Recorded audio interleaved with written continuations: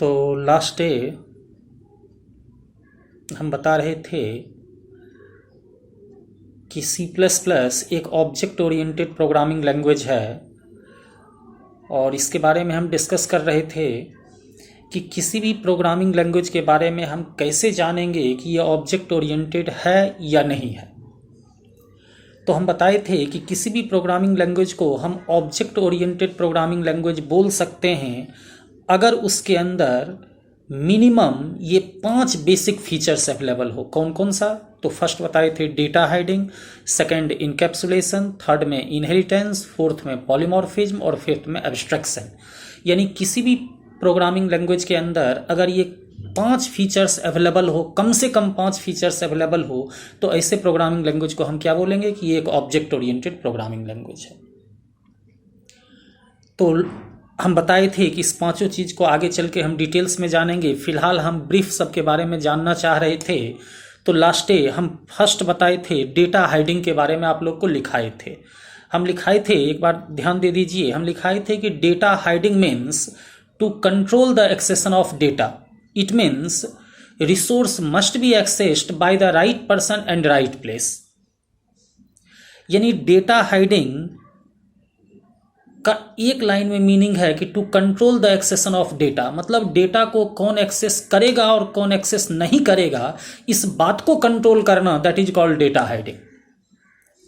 Actual में data hiding ये sure करता है कि रिसोर्स निश्चित रूप से राइट पर्सन के द्वारा और राइट प्लेस पर ही इस्तेमाल हो। और हम आगे ये भी बताए थे कि इस डेटा हाइडिंग के फीचर्स को इंप्लीमेंट करने के लिए C++ में हम आगे चल के एक चैप्टर पढ़ेंगे एक्सेस स्पेसिफायर, और उस चैप्टर के अंदर हम 3 एक्सेस स्पेसिफायर यूज करना आपको बताएंगे, प्राइवेट, प्रोटेक्टेड और पब्लिक। और यही 3 एक्सेस स्पेसिफायर ये डिसाइड करता है कि क्लास का कौन सा मेंबर, कौन सा रिसोर्स कहाँ और किसके द्वारा इस्तेमाल होगा। ठीक है। तो यहां तक हम लास्ट डे बता चुके थे। अब सेकंड पॉइंट आइए, लिखिए इनकैप्सुलेशन। क्या है इनकैप्सुलेशन? एक लाइन में इसको लिखेंगे। लिखिए encapsulation is the process of binding variables and functions together in a single logical frame to make a single existence। क्या मीनिंग है? देखिए, हम एक लाइन में लिखा है कि encapsulation is the process of binding variables and functions together in a single logical frame to make a single existence. मतलब इनकैप्सुलेशन एक प्रोसेस है जिसके थ्रू हम रिलेटेड वेरिएबल और फंक्शंस को एक सिंगल लॉजिकल फ्रेम के अंदर बाइंड कर देते हैं ताकि ये सब मिलकर के सिंगल एग्जिस्टेंस हो जाए। देखिए, जैसा कि इसका नाम ही है इनकैप्सुलेशन, मतलब इनकैप्सुलेट करना, कंबाइन करना, इंटीग्रेट करना, मर्ज करना। हम बतलाए कि इनकैप्सुलेशन एक प्रोसेस है जिसके थ्रू हम एक प्रॉब्लम से रिलेटेड जितने भी वेरिएबल और फंक्शंस हैं उसको हम एक सिंगल लॉजिकल फ्रेम के अंदर इनकैप्सुलेट कर देते हैं, इंटीग्रेट कर देते हैं ताकि सब मिलकर के क्या हो जाए, सिंगल एग्जिस्टेंस हो जाए। मतलब इसका क्या फायदा होगा, क्या बेनिफिट्स इससे मिलेगा कि जहां आपको एक प्रॉब्लम के लिए अलग अलग कंपोनेंट्स को मेंटेन करना पड़ रहा था, उसके जगह सारे रिलेटेड कंपोनेंट को एक सिंगल फ्रेम में इनकैप्सुलेट कर दिए, तो अब आपको उसके जगह एक ही, जहां आपको एक काम के लिए 10 अलग अलग ऑब्जेक्ट को मेंटेन करना पड़ रहा था, अब उस 10 मिलकर के क्या हो गया, सिंगल हो गया, और बस वही एक ऑब्जेक्ट को मेंटेन करना होगा जो कंप्लीट प्रॉब्लम को सॉल्व कर सकता है। देखिए, क्या फिर से एक बार समझिए। देखिए सब लोग, यहां हम क्या बताएं इनकैप्सुलेशन के बारे में कि इनकैप्सुलेशन एक प्रोसेस है। जैसे मान लीजिए कि एक P1 प्रॉब्लम है, सपोज एक P1 प्रॉब्लम है और इस प्रॉब्लम को सॉल्व करने के लिए हमको 5 वेरिएबल और 5 फंक्शंस की जरूरत है। इसका मतलब क्या है कि जब कभी भी P1 प्रॉब्लम सॉल्व करना होगा तो हमको ये 5 वेरिएबल और 5 फंक्शंस को कॉल करना होगा। हम बताएं कि इनकैप्सुलेशन फीचर्स यूज करते हुए हम इस रिलेटेड वेरिएबल्स और फंक्शंस को एक सिंगल लॉजिकल फ्रेम के अंदर इंटीग्रेट कर दिए, इनकैप्सुलेट कर दिए और सपोज इसका नेम दे दिए S1। अब देखिए, जब कभी भी P1 प्रॉब्लम को सॉल्व करना होगा तो अब आपको ये 10 अलग अलग ऑब्जेक्ट को कॉल करने का झंझट नहीं है। आप बस S1 को कॉल करेंगे, जैसे ही S1 को कॉल करेंगे इंटरनली ये सब कॉल होगा और इस तरह से P1 प्रॉब्लम सॉल्व हो जाएगा। तो फायदा समझ में आया कि जहां आपको 10 अलग अलग ऑब्जेक्ट मेंटेन करना पड़ रहा था, उसके जगह आप एक ही ऑब्जेक्ट मेंटेन करना होगा S1। हालांकि इस S1 के अंदर इंटरनली ये सब है, लेकिन उससे आपको क्या मतलब है, प्रोग्राम मेंटेनेंस तो आपका आसान हो गया।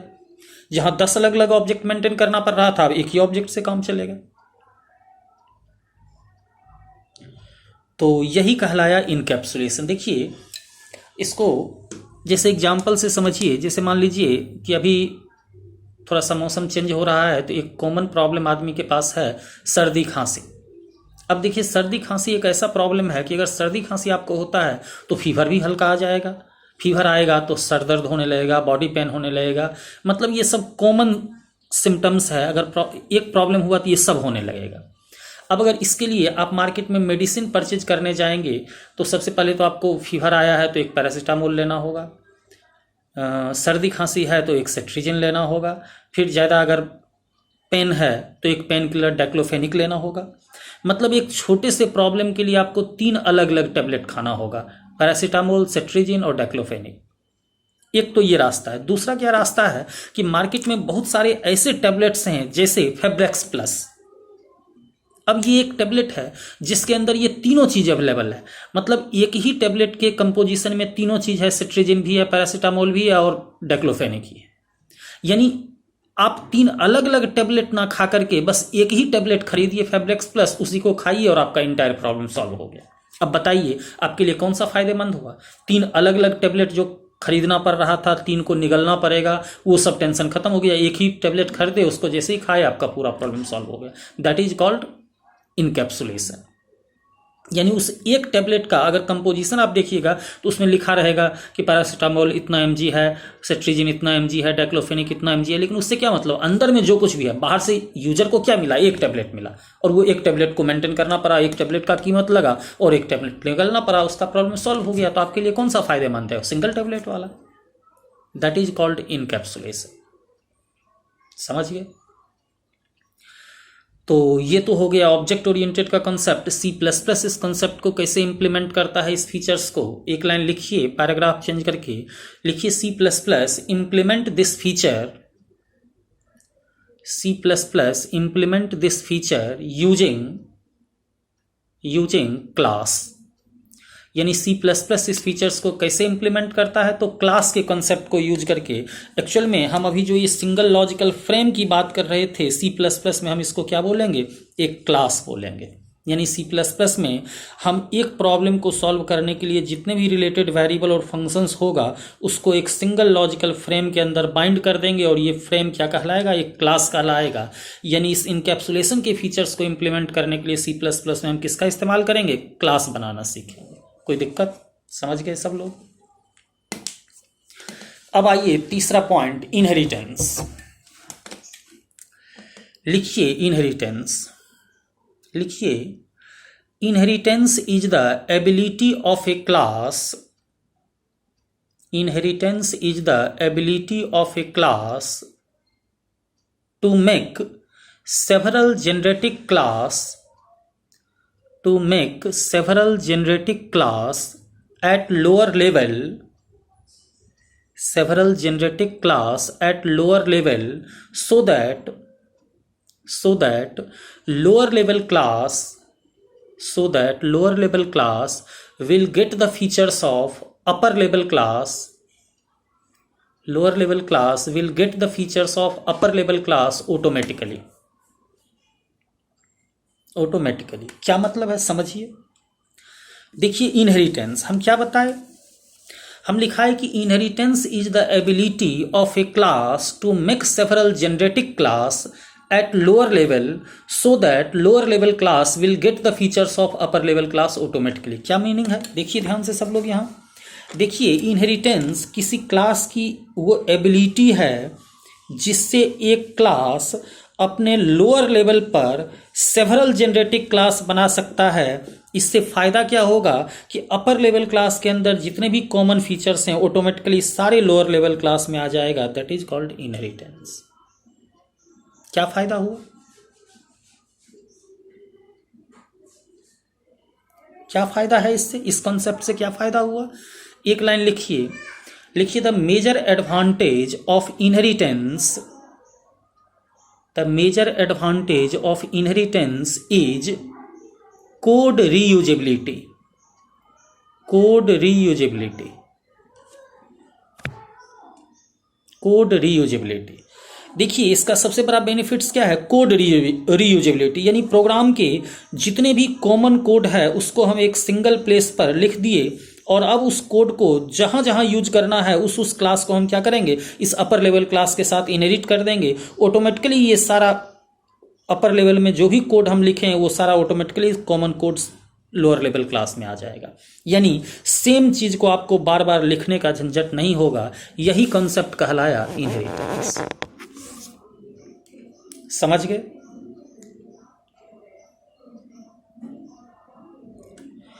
जैसे देखिए थोड़ा सा एग्जाम्पल से इसको समझिए। जैसे मान लीजिए कि आप किसी ऑटोमोबाइल एजेंसी के लिए कोई सॉफ्टवेयर कोई प्रोग्राम लिख रहे हैं, तो ऑटोमोबाइल एजेंसी में क्या होगा, एक क्लास होगा, उसका मेजर एंटिटी क्या होगा, व्हीकल्स। तो मान लीजिए व्हीकल्स नाम का एक क्लास बनाया, इसके अंदर क्या क्या एट्रीब्यूट होगा, क्या क्या मेंबर होगा। तो व्हीकल्स का मॉडल नंबर होगा, उसका MRP होगा, उसका कलर होगा, बाकी भी कुछ हो सकता है, मान लीजिए यही है। अब देखिए मान लीजिए कि ऑटोमोबाइल एजेंसी दो तरह का व्हीकल सेल करता है, एक है 2 व्हीलर और दूसरा है 4 व्हीलर। अब देखिए चाहे 2 व्हीलर हो या 4 व्हीलर हो, ये जो कॉमन कंपोनेंट है वो तो सब दोनों में आएगा। 2 व्हीलर का भी मॉडल नंबर होगा, उसका भी MRP होगा, उसका भी कलर होगा। 4 व्हीलर का भी मॉडल नंबर होगा, MRP होगा, कलर होगा। यानी इतना चीज जैसे इस दोनों को क्लास को हम इससे इनहेरिट करेंगे तो इतना कॉमन कोड ऑटोमेटिकली दोनों में आ जाएगा। मतलब इतना कॉमन चीज अब आपको दोबारा लिखने का झंझट नहीं है।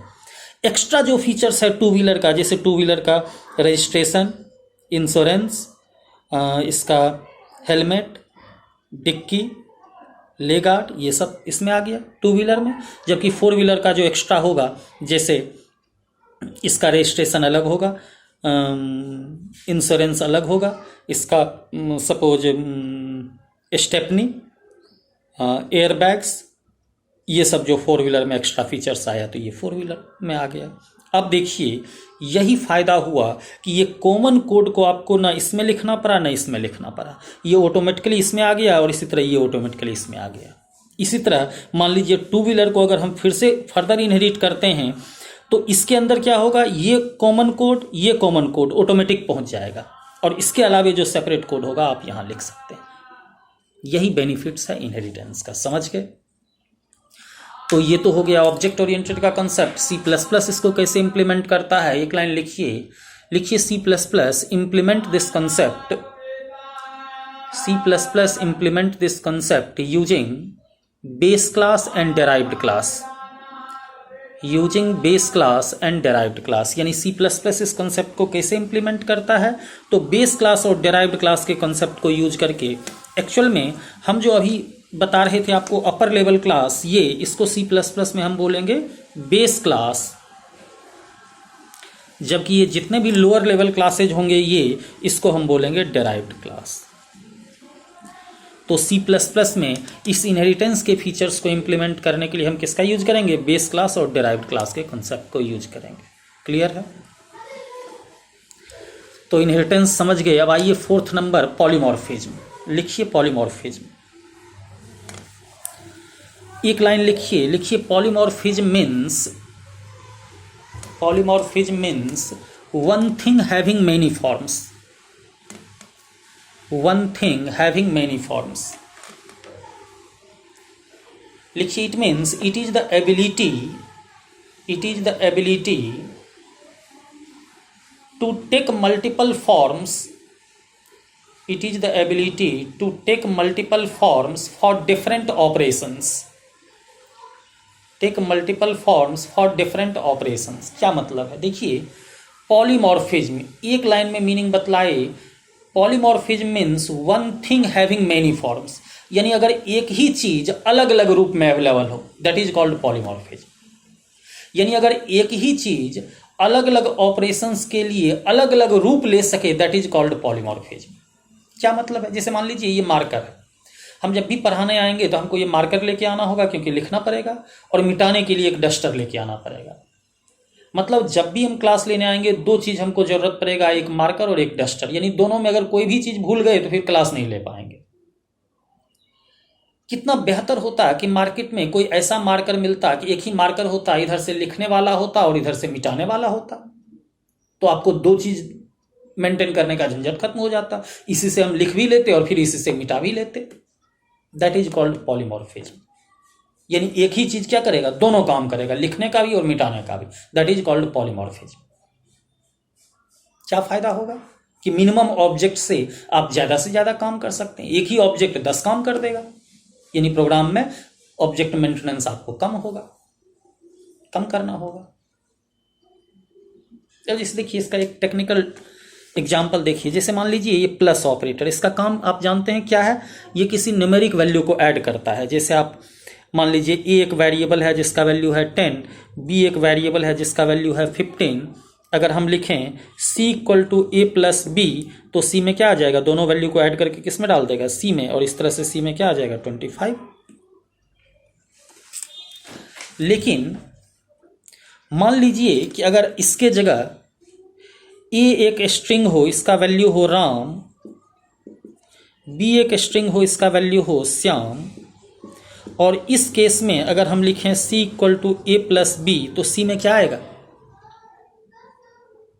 क्या सी में राम श्याम आएगा? नहीं आएगा। क्यों नहीं आएगा?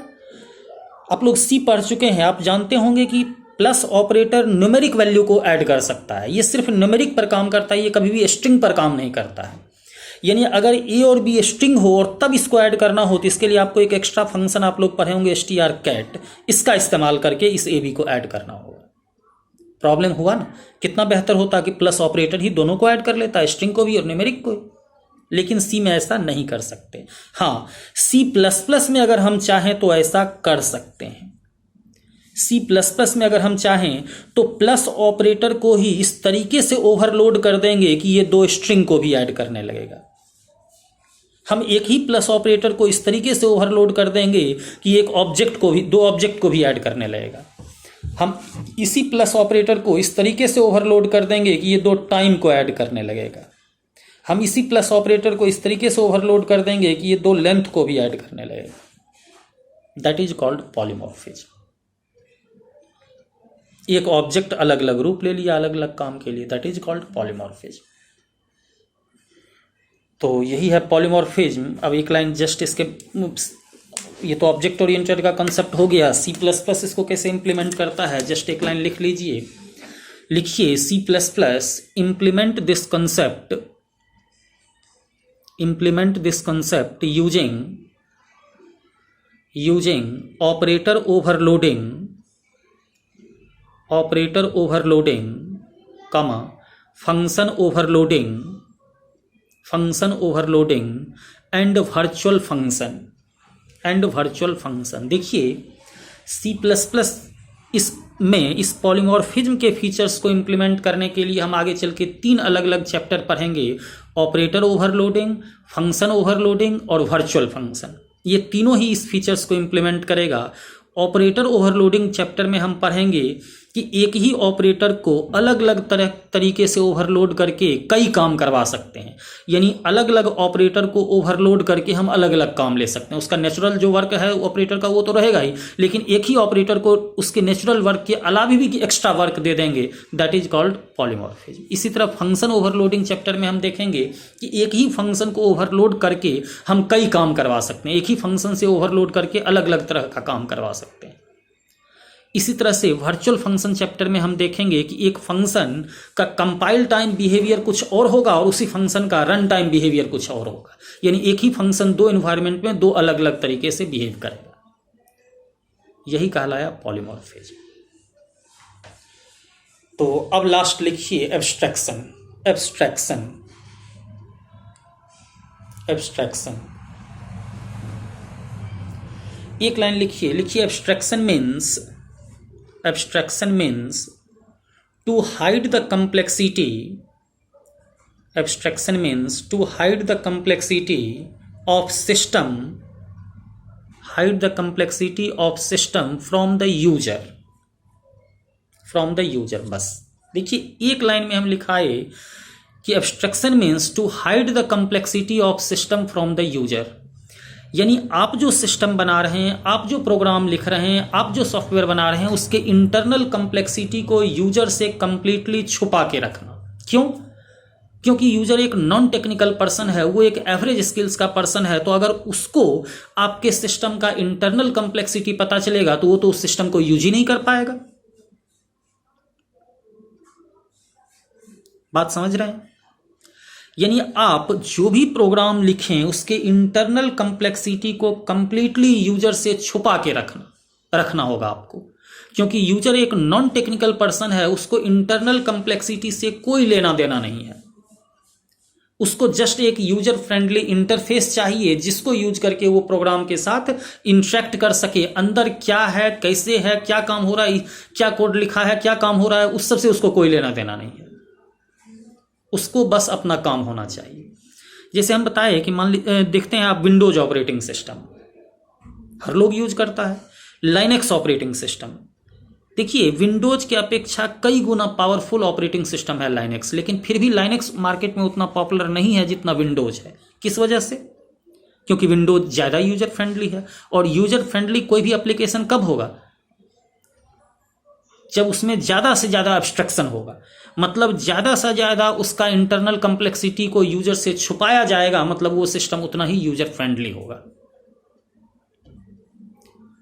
तो यही कहलाया एब्स्ट्रैक्शन, यानी आप जो प्रोग्राम लिखें उसके इंटरनल कंप्लेक्सिटी को यूजर से कंप्लीटली छुपा के रखना, दैट इज कॉल्ड एब्स्ट्रैक्शन। तो अब हाँ, एक लाइन पैराग्राफ चेंज करके लिख लीजिए कि इस फीचर्स को इंप्लीमेंट करने के लिए C++ क्या करता है। लिखिए C++ implement this feature using class and object, देखिए C++ इस फीचर्स को कैसे इंप्लीमेंट करता है, तो क्लास एंड ऑब्जेक्ट के कॉन्सेप्ट को यूज करके।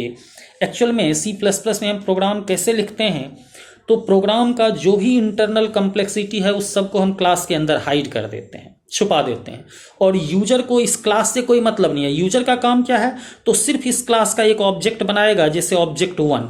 जैसे ही ऑब्जेक्ट 1 बनाया वैसे ही इस क्लास का जो भी फीचर्स है उसका एक कॉपी किसको मिल गया, ऑब्जेक्ट 1 को, और इस तरह से यूजर ऑब्जेक्ट 1 को यूज कर सकता है। अब वो फीचर्स कहाँ से आ रहा है, कैसे आ रहा है, यूजर को उससे कोई लेना देना नहीं, उसका काम है जस्ट ऑब्जेक्ट बनाना। वो ऑब्जेक्ट बनाया, ऑब्जेक्ट 2 जैसे ही बनाएगा वैसे ही इस फीचर्स का एक कॉपी किसको मिल जाएगा, ऑब्जेक्ट 2 को। तो इस तरह से यूजर को क्लास के अंदर जो भी कोड है, कंप्लेक्सिटी है, उससे कोई लेना देना नहीं, उसका काम है सिर्फ ऑब्जेक्ट बनाओ और फीचर्स यूज करो। देखिए एक्चुअल में क्लास डिफाइन करने की रिस्पॉन्सिबिलिटी होती है डेवलपर का, ये होता है डेवलपर के लिए, जबकि ऑब्जेक्ट किसके लिए होता है, यूजर के लिए। ऑब्जेक्ट किसके लिए होता है, यूजर, यानी क्लास को डेवलप करने की रिस्पॉन्सिबिलिटी प्रोग्रामर या डेवलपर की होती है, जबकि यूजर का काम है सिर्फ उस क्लास का ऑब्जेक्ट बनाए और उसके फीचर्स को यूज करे। तो देखिए यूजर के पास कोई भी कंप्लेक्सिटी, जो भी कंप्लेक्सिटी और क्लास के अंदर हाइड है, जो डेवलपर देखेगा, जबकि यूजर का काम है सिर्फ ऑब्जेक्ट बना और फीचर्स यूज करे। That is called abstraction. तो इस तरह से हम पांचों को ब्रीफ में डिफाइन कर दिए, data hiding, encapsulation, inheritance, polymorphism और एब्स्ट्रैक्शन। तो ये था C++ का इंट्रोडक्शन। अब नेक्स्ट क्लास में हम इससे आगे देखेंगे। आज के लिए इतना ही। Thank you.